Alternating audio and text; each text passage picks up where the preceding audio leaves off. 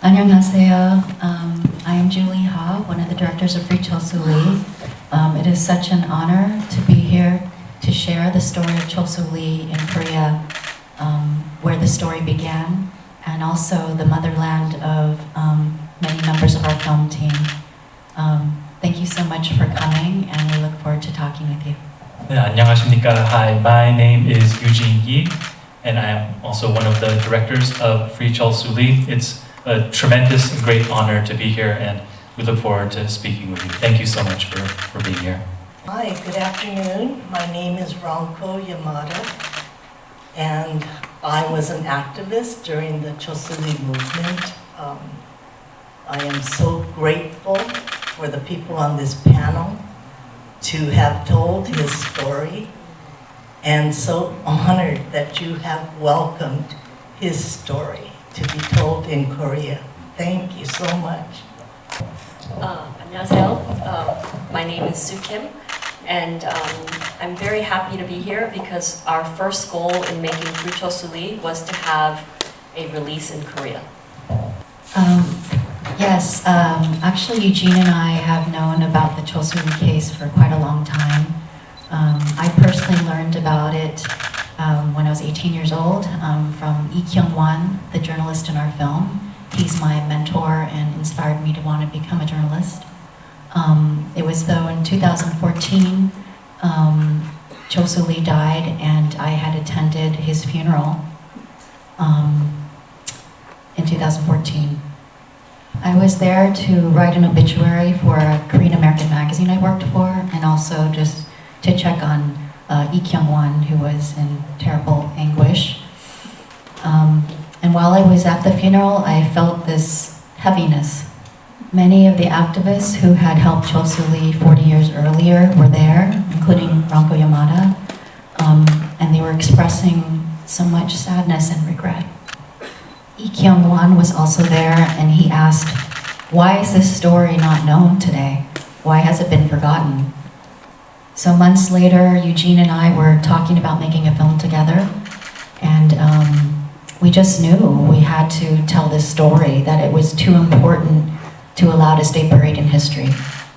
Especially as second-generation Korean Americans, it felt like our generational responsibility to tell this story.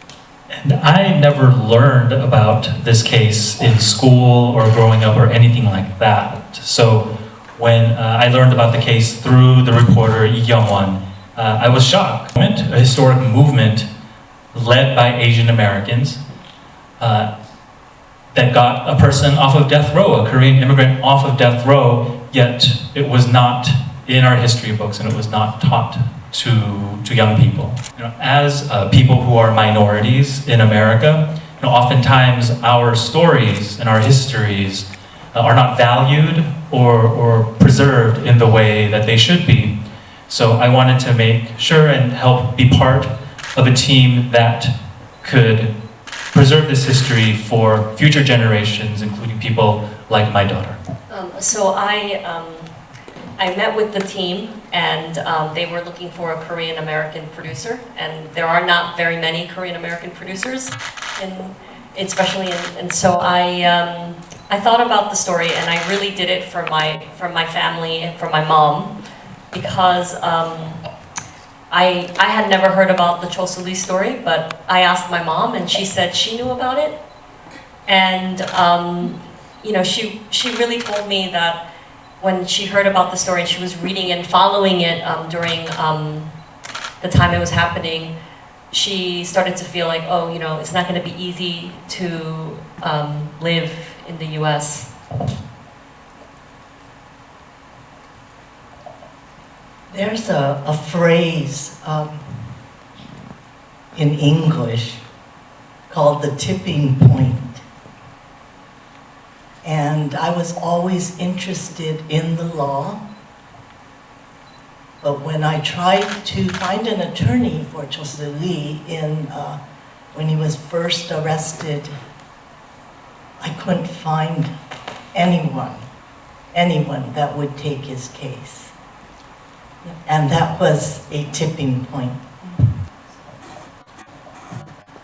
Yeah, one of the most challenging aspects of making this film was we wanted to tell it from Chul-soo Lee's perspective and him telling his own story, but we never had a chance to interview him ourselves. And as much as Eugene and I tried to immerse ourselves in everything Chul-soo left behind, in his speeches, in his writings, his interviews, his letters, we still felt like we were not getting close enough to his truth. But it felt like everything fell into place once we started to work with our narrator, Sebastian Yoon.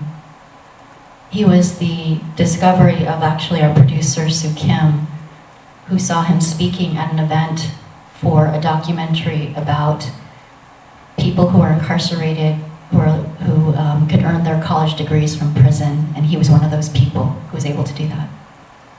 Sue said there was just something about Sebastian, his honesty, his sincerity, his friendliness, that to her reminded her of Chul-soo Lee. So Eugene and I then watched the documentary and were so moved by Sebastian that we all agreed with Sue that he would be the right choice to narrate the film. And after we reached out to him, he immediately was interested in working with us. He saw actually a rough cut of the film and he felt like he could relate to Chul-soo Lee's life. And he not only did the narration, but he also helped us with the script for what Chul-soo says in our film, and we wrote new scenes because of him. And we do believe that he brought such a heart and empathy to voicing Chul-soo Lee. So I think during when you immigrate, a lot of people, they didn't, like for example in my family, we never said it's very difficult. You know, everyone said, okay, it's, you know, in the US everything is good, we're having a good life. But I think this film really shows the difficulties that Korean immigrants had in the US in the 1970s and 80s. And I want the Korean audience to know about that. Important to note that this was Korean people, Chinese people, Japanese people, many different kinds of Asians in America coming together to fight to free Chul-soo Lee. And it was not expected or usual for people to work together like that, but they did. And so we feel it's important to sort of see that people were able to overcome the differences that they saw among themselves and find that commonality to be able to work together. I agree with what you're saying, and I thought about how this film would be received in Korea. But I think there are a great many universal themes. We all know what it means when something is terribly unfair, when justice is diverted and people are treated poorly. We all know that situation. And so these are the themes where we have things so much in common that whether it's Korea or any other country, you can identify with what? A wrong, a terrible, terrible wrong that happens to one person, vulnerable and weak. I think we urge any society, including Korean society, to look and see who are the Chul-soo Lees today.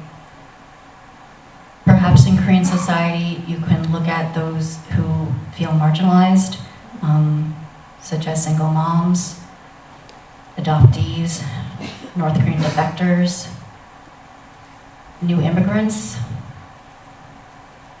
people who are in prison or who used to be in prison. And we urge you to take inspiration from the people of this movement, led by Ranko Yamada, led by Mr. Yoo Jae-gun, who was a former congressman in Korea, and see this example of tremendous compassion and courage to try to right this terrible wrong and to show love and care for someone who needed it.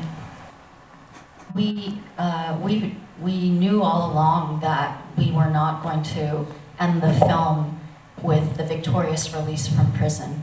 We knew we had a responsibility as journalists, as documentary filmmakers, to tell the full truth of his life. That included just the messiness and all the difficulties, his failures after his release. But also you see Chul-soo's incredible resilience too, and his ability to keep trying. Yes, so it was very, very difficult to be able to tell the full story of Chul-soo Lee after he had died. Because as I mentioned before, we really tried very hard. We worked on this film for 6 years total.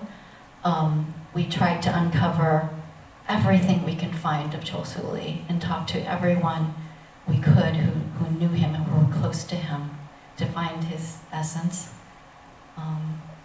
And as I mentioned before, it really did feel like once we started working with the narrator, Sebastian Yoon, it almost felt like he channeled some part of Chul-soo Lee through him. And we actually felt like we got very close to the core of Chul-soo Lee. You know, one point and one character actually that we had a lot of trouble with was how to represent Chul-soo Lee's mother. You know, Chul-soo Lee had a very, very difficult relationship with his mother, but his mother was someone who had experienced just tremendous trauma of herself. So we really have to credit a team member who's not here with us right now, our producer, Jean Chen, who is an extraordinary editor as well, for helping us unlock that. She found that moment where his mother gets very emotional and starts to cry when she talks about just sort of everything that she wanted, and that moment really allowed us to, I think, feel comfortable with her presence in the film and to humanize her in a way that I think we all felt very satisfied with in the end. To Chul-soo Lee today, I'd probably something like this incredibly brilliant, beautiful film was made about your story in spite of both you and I. And we should be grateful for that. Well, I think thank you for your question. I think one thing that comes to mind is sort of the bookending that we did with the footage of Chul-soo driving back into town as an older person that is at the beginning of the film and happens again later. So there's this idea of him sort of reflecting and thinking back on his life, you know, as he's coming back to you know, this place that is basically his home, and to sort of have the story express itself in that way as a reflection. I think then as the film progresses, it's like the layers of an onion, you're peeling, and you're getting closer and closer to his truth. The support around Chul-soo Lee, it was incremental, and it wasn't easy in the beginning. But you had people that were very impassioned about the issue, like Mr. K.W. Lee, who was able to write a series of articles explaining Chul-soo's case in a very understandable way. And we took those articles to show people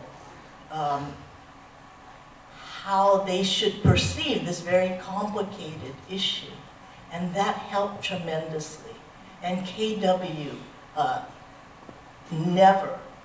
never flagged his support, you know, it was never flagging. He was always there. He always gave that extra push to get people on board. And we will, you know, we need people like him. He was eccentric and funny and different and had a lot of authority. And it made a big difference.